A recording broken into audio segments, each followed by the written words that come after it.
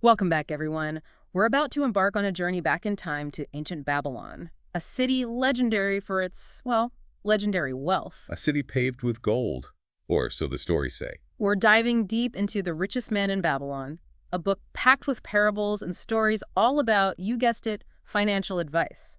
Now, it was written in the 1920s, so... Not exactly ancient history, right? But it uses this ancient Babylonian setting to frame these timeless financial lessons, these principles for building wealth. Right, so what can we learn from these Babylonian tales about securing our financial futures? Can these principles, these ideas from, what, thousands of years ago, can they still apply today? Let's find out. Sounds like a plan. So to kick things off, we meet Arcad. Ah, yes, Arcad. The richest man in Babylon. A man who starts from, well, pretty humble beginnings. Not born into wealth. No, not at all. Yeah. He craved it, desired it. You know, he sought out the knowledge, the secrets to attaining wealth, and completely transformed his life. It's that classic rags to riches story. But what's really interesting is how W.E. did it. What's his secret sauce? Well, imagine this. Arcad stands before a group of 100 men, all eager to escape the clutches of a lean purse. At the request of the king himself. That's right, at the king's request. And he's sharing his wisdom, revealing what he calls the 7 cures, these principles for conquering financial woes. 7 cures. Okay. So what's the first one? The first cure is, well, it's deceptively simple. Oh. Start thy purse to fattening. Okay, I'm intrigued. How do we fatten our modern-day purses? Well, Arcad's advice translates beautifully to our world. It's all about saving, consistently putting aside at least 10% of your earnings. 10%, huh? I can see some people rolling their eyes already. Easier said than done, they might say. Oh, absolutely. But the key here is automation. Right. Set it and forget it. I like that. Have those automatic transfers set up, whether it's to a savings account or retirement fund, whatever works for you. You're paying yourself first before you even have a chance to spend it. Precisely. Okay, I'm on board with cure number 1. What's next on Arcad's list? Well, cure number 2 focuses on wise spending. He calls it control thy expenditures. Okay, so it's all about budgeting. It is. But before you tune us out, let me explain. Budgeting can feel a bit restrictive sometimes, you know? Sure. But it's not about deprivation. It's about making conscious choices about where your money goes. A roadmap for your finances. It's about making sure your spending aligns with your values. Absolutely. So we've got saving, we've got budgeting. What's cure number 3? This one is about putting your money to work for you.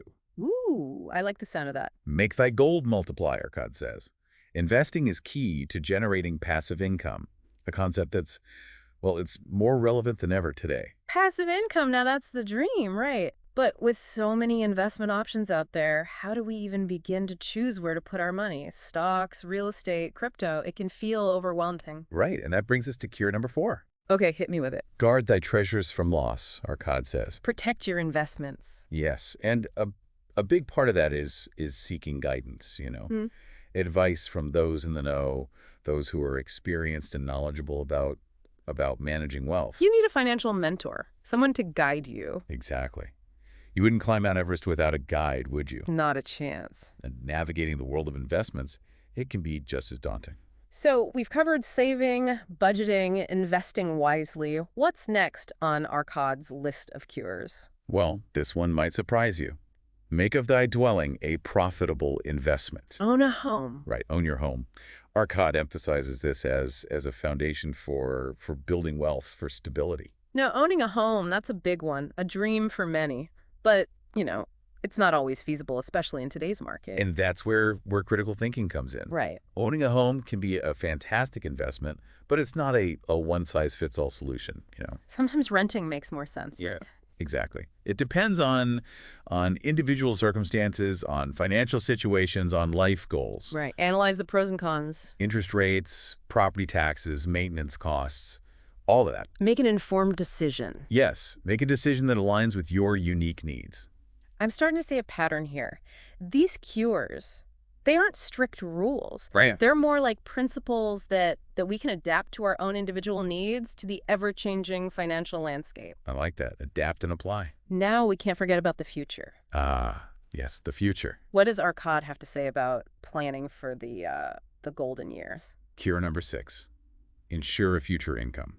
Okay, lay it on me. What's the Babylonian wisdom for planning for retirement? It's about thinking long-term, about creating a safety net for your future self, so that your money is working for you even when you're not bringing in a paycheck. Smart. Whether it's contributing to a retirement fund, diversifying your investments, or exploring those passive income streams. Take those proactive steps now to ensure financial freedom later on. It's about peace of mind. Exactly. Okay, so we've covered 6 of the 7 cures. I'm really curious about the last one. What's Arcad's grand finale?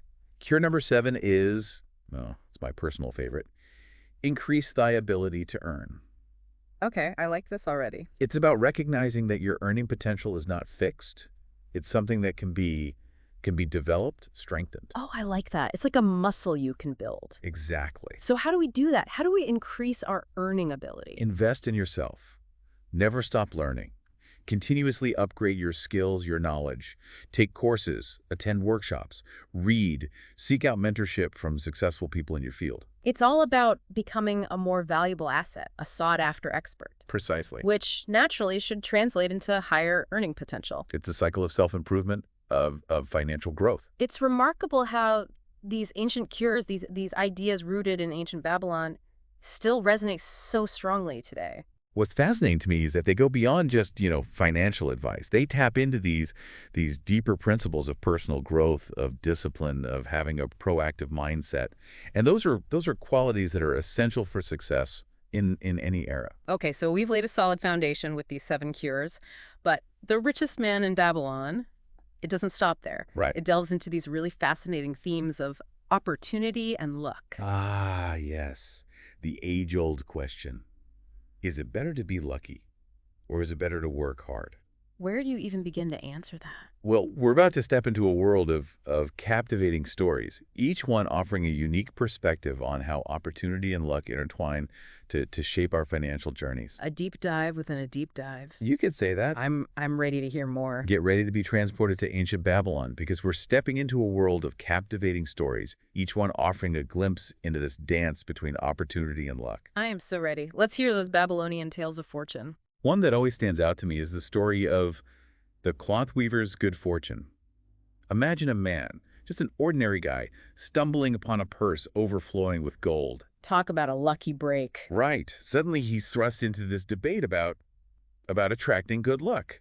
Is it pure chance, or is there a method to this madness? Finding a hidden stash of gold would definitely make you question the role of luck. Did this weaver win the Babylonian lottery? Or is there something deeper at play? That's the question that weaves its way through the story. But Arcad, our wise voice of reason, he counters this idea of passive luck with a tale that I think a lot of people can relate to: the gaming table fallacy. Ah, yes, the allure of easy money. It's a temptation that's as old as time. It is. And Arcad uses this story to really expose that illusion of control that we sometimes feel in games of chance. It's easy to get caught up in the excitement, the thrill of the game. Right. But Arcad reminds us that the house always has an edge. Whether it's a rigged game of dice in ancient Babylon or a shady investment scheme in today's market, the odds are rarely in your favor. So it's about recognizing that true wealth, lasting wealth, it's not built on chance. It's built on sound principles, informed decisions. Right, consistent effort, making smart choices. But what about those moments when opportunity just seems to land in our lap? Are we always ready to seize those moments? That's a great question. And it brings us to another story, the missed opportunity of the merchant. It's a tale about a merchant, a successful businessman who just completely misses out on this incredibly lucrative land investment. How does that happen? Procrastination. He chose immediate gratification over long-term gains, and it cost him dearly. Ouch, that's a lesson that stings a little. I think we've all been there, right? We get caught up in the here and now, and we lose sight of the bigger picture. It happens. Oh. So how do we avoid falling into that procrastination trap, when opportunity comes knocking? Yeah, how do we make sure we're ready to answer the door? I think it starts with cultivating this mindset of proactivity, of long-term thinking. Visualize your financial goals. Create a plan, and then take consistent action to move towards those goals. It's like training for a marathon. You don't just wake up one day and decide to run 26 miles. You set a goal, you create a training schedule, and you stick to it, even when it's tough. That's a great analogy. Consistency is key, absolutely. But I'll admit, sometimes even with the best of intentions, we can still miss the boat. Oh, absolutely. Things happen.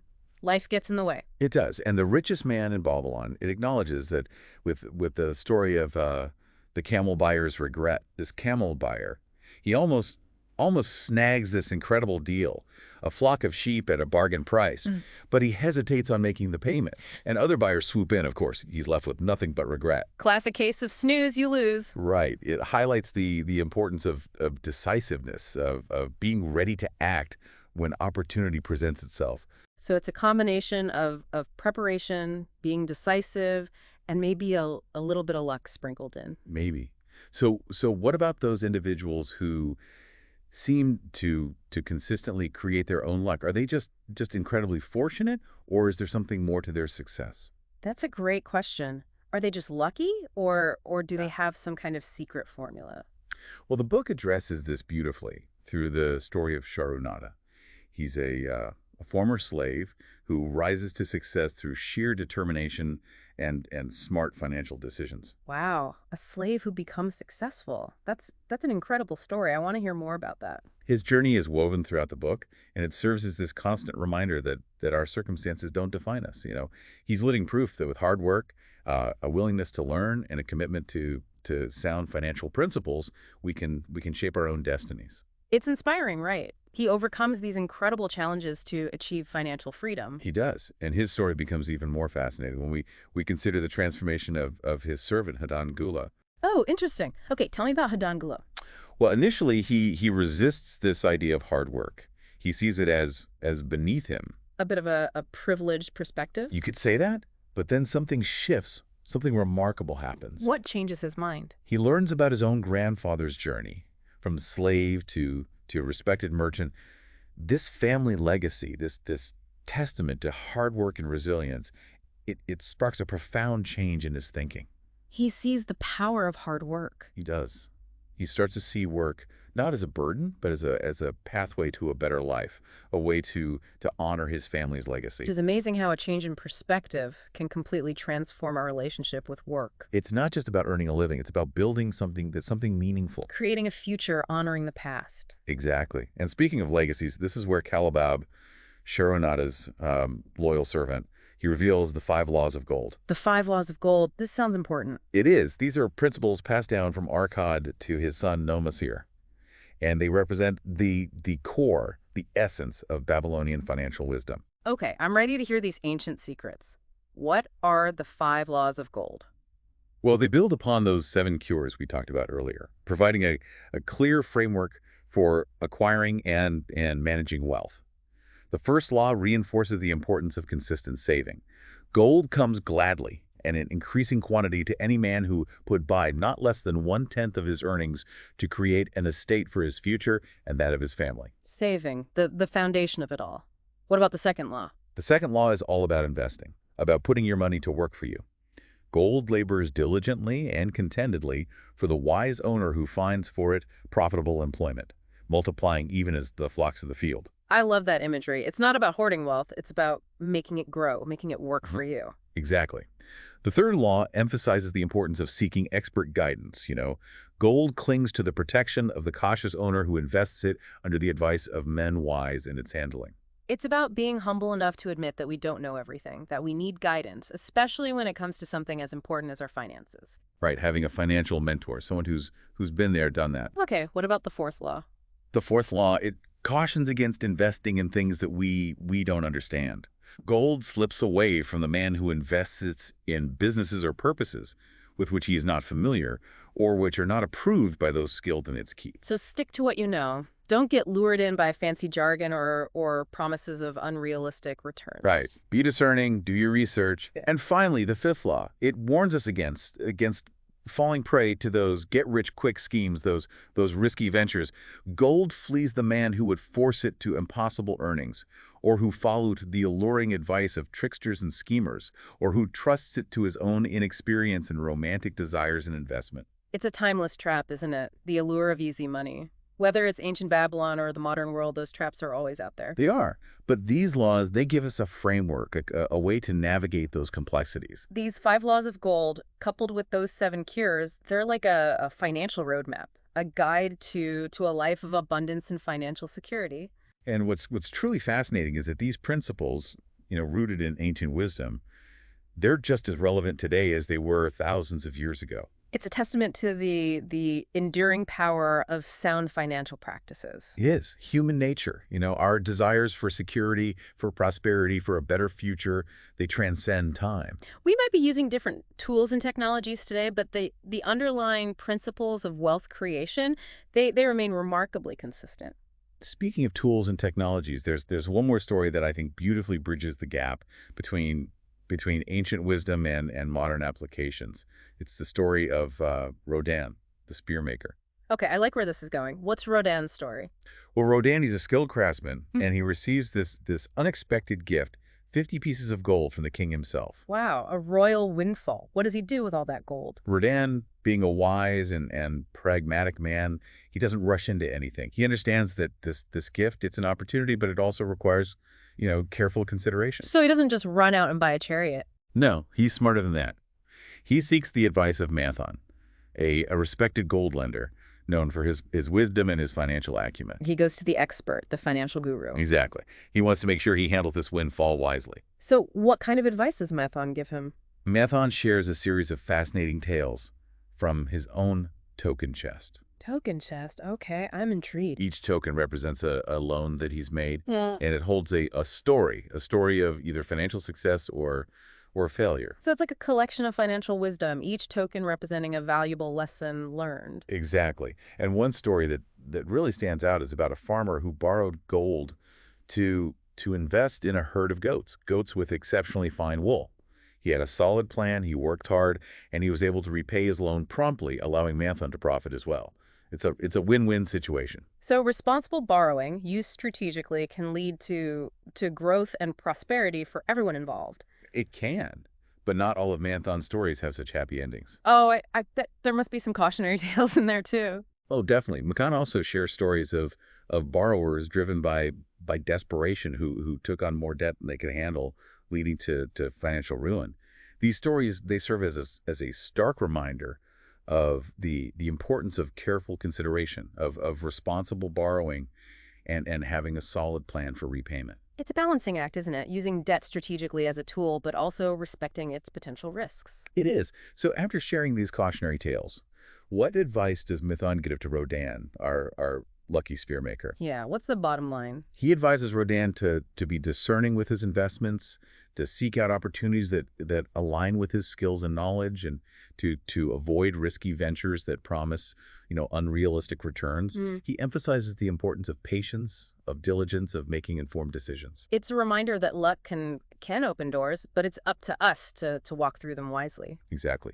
True wealth, it's not just about having money, it's about having the wisdom and the discipline to manage it effectively. So Rodin, he received this fortunate gift, this windfall, but his true success stemmed from his responsible handling of that opportunity. Right. He sought expert counsel, considered his options carefully, and ultimately made choices that led to financial security. His story is a perfect illustration of how preparation meets opportunity. And The Richest Man in Babylon, it's filled with stories like Rodin's, demonstrating that opportunity it often appears in unexpected ways, Mhm. But it's our responsibility to recognize it and seize it wisely. Luck favors the prepared mind. I like that. We may not be able to control when opportunity knocks, but we can control how we respond. Well said. Now, speaking of seizing opportunities, there's one more tale that I think is particularly relevant to our conversation about opportunity and luck. It involves a group of slaves, including our friend Megiddo, who are marched to Babylon to work on the city walls. Okay, story about slaves. How does this connect to wealth and opportunity? It seems a world away from the riches of Babylon. It might not be about financial wealth in the traditional sense, but it offers a powerful lesson about finding purpose and meaning in our work, which I think is a fundamental ingredient for achieving success in any area of life. I can see that. If you don't find value in what you're doing, it's hard to stay motivated. Right. So as these slaves are being marched towards Babylon, they encounter this group of free men who are diligently plowing a field. So you have this contrast, the slaves and the free men. Yes. And there's this stark difference in their attitudes towards their work. I imagine the free men They take pride in their work. They see it as a source of fulfillment, while the slaves, they view it as a burden, a punishment. You got it. And Megiddo, the slave who we met earlier in Sharunada's story, he observes how carefully the free men are plowing their fields, how they're taking pride in doing a good job. Even though he's a slave, he still recognizes the value of good work. He does. And this attitude, it ultimately leads him to a better position. When the slaves are assigned tasks based on their skills, Megiddo's willingness to work hard, it earns him a more desirable role. So his work ethic becomes his currency, even in a situation where he's not being paid in traditional money. It's about demonstrating value, regardless of your I circumstances. like that. And this theme, it continues throughout the story, Megiddo. He consistently chooses to approach his work with this positive attitude, this desire to excel. And this opens up opportunities for him to improve his situation. It's a powerful reminder that even when we're facing challenges, or feel stuck, our attitude or effort, it can make a difference. It can. And this story, it beautifully illustrates the principle of the camel trader of Babylon, which states where the determination is, the way can be found. It's about having that will to succeed, to find solutions, to create your own opportunities, even when the path ahead seems uncertain. It's about having that grit, that creativity, that faith, that a way forward exists even when we can't see it yet. And this brings us to a crucial point. While the richest man in Babylon offers this valuable financial advice, it also emphasizes the importance of mindset, of attitude, of personal growth. It's not just about the money, it's about who you are, how you approach life, how you approach Well challenges. said. And I think this is a great segue into the final part of our deep dive, where we'll explore the lasting legacy of these ancient Babylonian tales and how we can apply their wisdom to our own lives today. Sounds good. I'm excited to see how these ancient lessons can help us create a more abundant and fulfilling life, even in the 21st century. As we wrap up this deep dive into the richest man in Babylon, I'm struck by how these principles, these ideas, they've stood the test of time. They really have. It's incredible how these stories, these lessons from ancient Babylon, they still resonate with us today. It's like they tapped into something fundamental about human nature, about our desires for security, for prosperity, for a better future. You're absolutely right.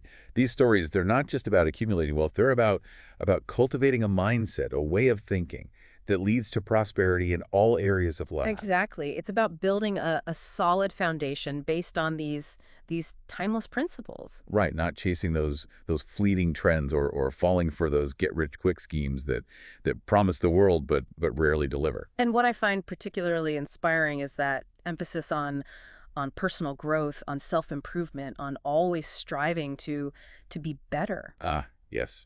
The seventh cure, increase thy ability to earn. Yeah. It's all about recognizing that your earning potential, it's not fixed. It's something that can be developed, can be expanded. It's like investing in yourself, in your own human capital. Precisely. The most valuable asset you possess. So we've delved deep into the wisdom of ancient Babylon, but how do these principles apply in a modern context? The world has changed a lot since the days of camel caravans and clay tablets. That's a great question. And you're right, the world has changed dramatically. But while the tools and the technologies have evolved, the underlying principles, they remain surprisingly relevant. Okay, so let's break it down. Let's take that first law of gold, saving at least 10% of your earnings. How does that translate to today's world? Now, in today's world, that could mean setting up automatic contributions to a 401k, an IRA, even a high-yield savings account. The key is to make saving a consistent habit, just like Arcad advised. It's about making it automatic, effortless. Out of sight, out of mind, and into your savings account. Exactly. Now, when it comes to investing or making thy gold multiply, as Arcad put it, we have a much wider array of options than our Babylonian counterparts. We have stocks, we have bonds, mutual funds, real estate, even digital assets like cryptocurrencies. It's a vast and often confusing landscape, that's for sure. That's an understatement. With so many choices, it's easy to feel, overwhelmed, paralyzed by indecision. So how do we navigate this complex world of modern investments without getting lost? That's where that third law of gold comes in. Seeking advice from those who are knowledgeable, experienced in financial matters. Find a financial advisor, someone you trust. Exactly. Or join investment clubs. Leverage those online resources and communities. Learn from those who have been there, done that. It's about recognizing that we don't have to figure it all out on our own. There are experts out there who can help us make those informed decisions, help us avoid those costly mistakes. It's like having a financial mentor, a guide to help you navigate the complexities of the market. But even with expert guidance, it's important to remember that fourth law, the one that cautions against investing in things that we don't understand. Especially in today's world where we're bombarded with these complex financial products, these investment strategies that promise the moon. It's so tempting to jump on the latest bandwagon or chase after the next hot stock, but we have to do our due diligence, understand the risks involved. Right. And invest within your comfort zone. Exactly. And that brings us to the fifth law, a a reminder to be wary of those get-rich-quick schemes, those risky ventures that are always lurking out there. Always disguised as these promising opportunities, but often leading to financial ruin. It's like that old saying, if it sounds too good to be true, it probably is. Words to live by. Building true wealth. It's a marathon, not a sprint. It takes time, patience, discipline, and a commitment to making those sound decisions, those smart choices. And The Richest Man in Babylon, it provides us with a roadmap, a set of principles that can guide us on that journey. So as we wrap up this deep dive into The Richest Man in Babylon, I want to leave our listeners with a final thought-provoking question. Which of those 7 cures, those 5 laws, resonated with you the most? And what one small step can you take today to start applying these ancient lessons to your own life? Remember, even the longest journey, it begins with a single step.